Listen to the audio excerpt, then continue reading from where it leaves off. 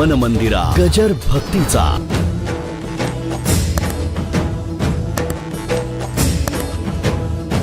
ज्याच्या अंगात चिदविलास मुरलेला आहे तो आहे त्या परिस्थितीचा स्वीकार करेल, नाहीतर अखंड शंख करत बसेल. माझं बोलणं कळलं का? आहे आम्ही देवळाचं एवढं केलं ना, आमचं असं का झालं? तुला निवडून केलं.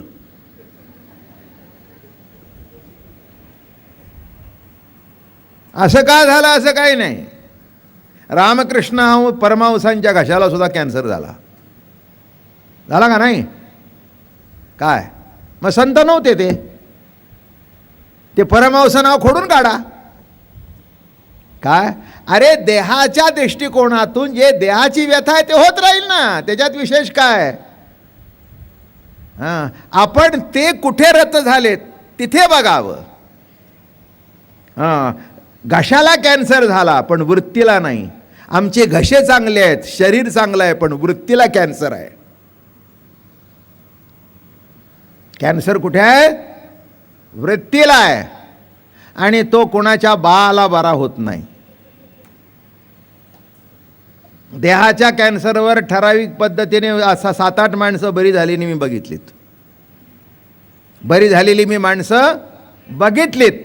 चांगली चांगली माणसं बरी झाली. घशाची बरी झाली, छातीला कॅन्सर झाला, बरा झाला, हां, हे बघितलं. पण नीट लक्षात ठेवा, असा वृत्तीला जर कॅन्सर झाला तर तो लवकर बरा होत. हां, याच्याकडे लक्ष द्यावं. आणि वृत्ती तुमची नीट राहावी त्याच्याकरता चिदविलास. आणि म्हणून ज्ञानेश्वर महाराज म्हणतायत, आता नाथिलेची नाशिता तो नाश नव्हे नाश करता, उभय पक्षी वृथा होऊन टाके. अरे, नाश झाल्यासारखा दिसतो तरी तो नाश कापुराचे थळी व नुरेची आगीचे वर व नुरेची रूपनाव तैसे या. कापुराचा पदार्थ जाण दहन प्रवृत्ती उताशन, तै अग्निसहित दहन होऊन टाके. बरं का, बाकीच्या दिव्याचं काय असतं की जळलेलं खाली शिल्लक राहतं. वात पेटवली, वात शिल्लक खाली राहते ना. पण कापुराचं कसं आहे? हरिपाठात लिहिलंय, कापुराच्या वाती उजळल्या ज्योती, ठाईच समाप्ती झाली जैशी. कापूर पेटल्याबरोबर जिथे कापूर संपतो, अग्नी संपतो, तिथे कापूर सुद्धा शिल्लक खाली शिल्लकच काही राहत नाही. कापुराच्या पदार्थी जाण दहनी प्रवृत्ते उताशन, ते अग्निसहित दहन होऊन गेले. कापूरही गेला आणि अग्नी गेला, अज्ञानी गेलं, ज्ञानी गेलं. काय सांगायचं त्यांना? हां, अज्ञानी गेलं आणि ज्ञानी गेलं, दोन्हीही संपलं. अज्ञान गेल्यानंतर ज्ञान शिल्लक राहतं का? नाही. काय अज्ञान सापेक्ष ज्ञान आहे.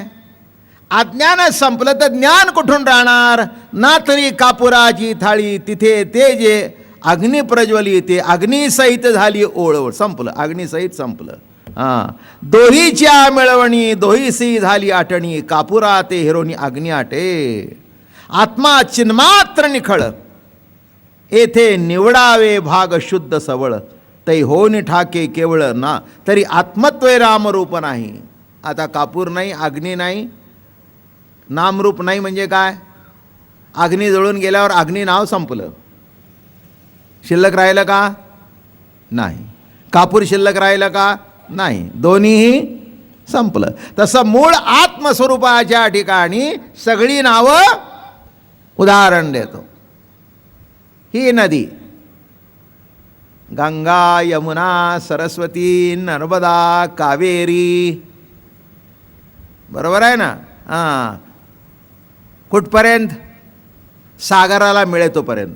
सागराला मिळाल्यानंतर निवडून काढा भाऊ, ही गंगा, हां, ही कावेरी, ही नर्मदा. तसं मूळ स्वरूपाशी एकरूप झाल्यानंतर तिथे खाली काही शिल्लक राहत का? जे विशेष सामान्यवीन आत्मत्वी नाही आमपण, तिथे विशेष नाही, सामान्य नाही, सगळे एकरूप. अहमपणा सहित सरलं. म्हणजे काय? थोडक्यात दृष्टांत देऊन सांगतो. थोडक्यात दृष्टांत असा आहे,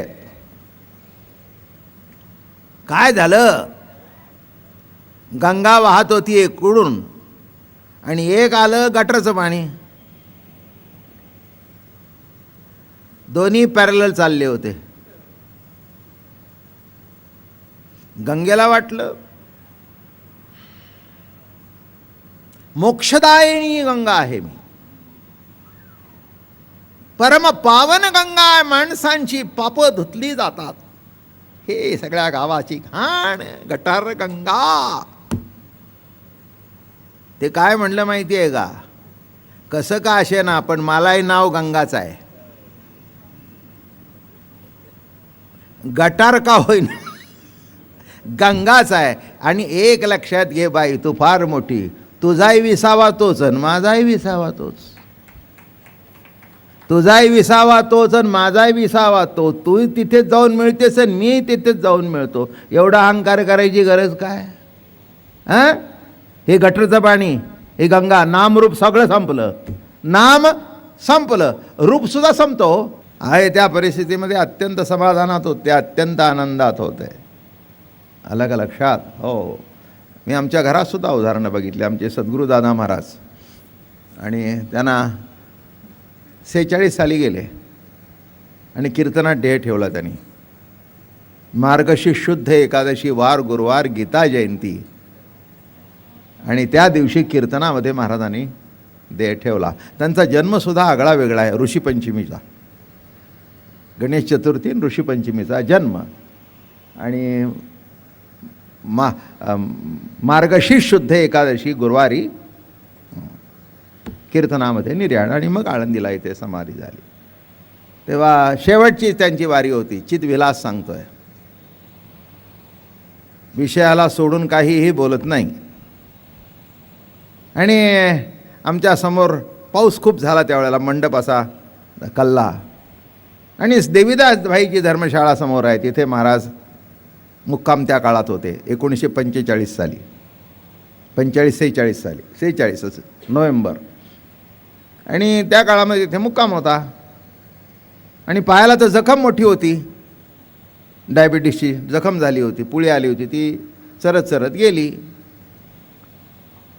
आणि ताप बीप होता. तितक्यात भोरचे युवराज, ही राजमंडळी महाराजांच्याकडे खूप यायची. औंधकर, सांगलीकर, मिरजकर, भोरकर हे सगळेच यायचे. तेव्हा भोरचे युवराज महाराजांना भेटायला आले. आल्यावर असे बसले होते शाल बिल घेऊन. आणि आले युवराज, आणि त्यांनी पायावर डोकं ठेवलं. दर्शन घेताना बघितलं गादीला रक्त लागलं होतं आणि पायालाही रक्त दिसत होतं. असं बघितलं, महाराजांच्याकडे बसले. म्हणाले, महाराज दुःख फार मोठं दिसतंय, गादी भरली आहे. असे बसले होते, असे झाले. ते म्हणले, युवराज दुःख आहे पण व्यथा नाही. उत्तर कळलं का? एकच उत्तर, दुःख नाही. काय? दुःख आहे पण व्यथा मस्त आहे म्हणजे, मस्त आहे. आणि अजून मला आठवतं त्यावेळेला काल्याच्या कीर्तनाची हाजरी होती. हाजरीची कीर्तनं असतात आणि एकेकाला जे कीर्तनकार असतात त्यांना कीर्तन करायला सांगतात 10 मिनटं 15 मिनटं. तेव्हा अगोदर कोणाच्या तरी 10-15 कीर्तनकार असायचे आणि मग शेवट महाराज उभे राहायचे. मग त्यातल्या कोणीतरी कीर्तनकारांनी आणि बोलायला सुरुवात केली की आमच्या सद्गुरू बाप्पांनी एवढी प्रभूची सेवा केली आणि त्या काळ्याला कळत नाही का त्यांच्या पायाला जखम का केली. आयुष्यभर भजन केलं, आयुष्यभर कीर्तन केलं, आयुष्यभर पंढरीची वारी केली आणि त्यांनी पायाला दुःख का केलं. त्यांनी सांगितलं, कोण आहे त्यांना कीर्तन बंद करायला सांगा, आणि इथून पुढे कोणी कीर्तन करायचे नाही, मी कीर्तन करतो. आणि जाऊन उभे राहिले, विणा घेतला आणि बोलायला सुरुवात केली. माझ्या पांडुरंगाला कुणीही नावं ठेवायचं नाही. असं का केलं म्हणायचं नाही. एक निष्ठ भक्त का केलं म्हणत नाही. त्या व्यथेतून सुद्धा व्यथा पाठवणारा कोण आहे त्या प्रभूचं दर्शन मी घेत असतो. दुःख आहे पण व्यथा नाही. आणि सबंध कीर्तन डोळ्याला धार होती. माझ्या प्रभूचं किती माझ्यावर प्रेम आहे. माझ्या प्रभूने मला कसं सांभाळलं. माझ्या प्रभूने मला ज्ञानेश्वरी कशी शिकवली. माझ्या प्रभूने मला अमृतानुभव कसा शिकवला. संपूर्ण कीर्तन त्याच्यावर केलं आणि पुन्हा या फडावर मला असं झालं म्हणून आपल्या फडातल्या मंडळींनी पांडुरंगाला किंवा संताला कोणीही नावं ठेवायचं नाही. हा सुद्धा प्रसादच आहे म्हणून ग्रहण करावा. मन मंदिरा गजर भक्तीचा.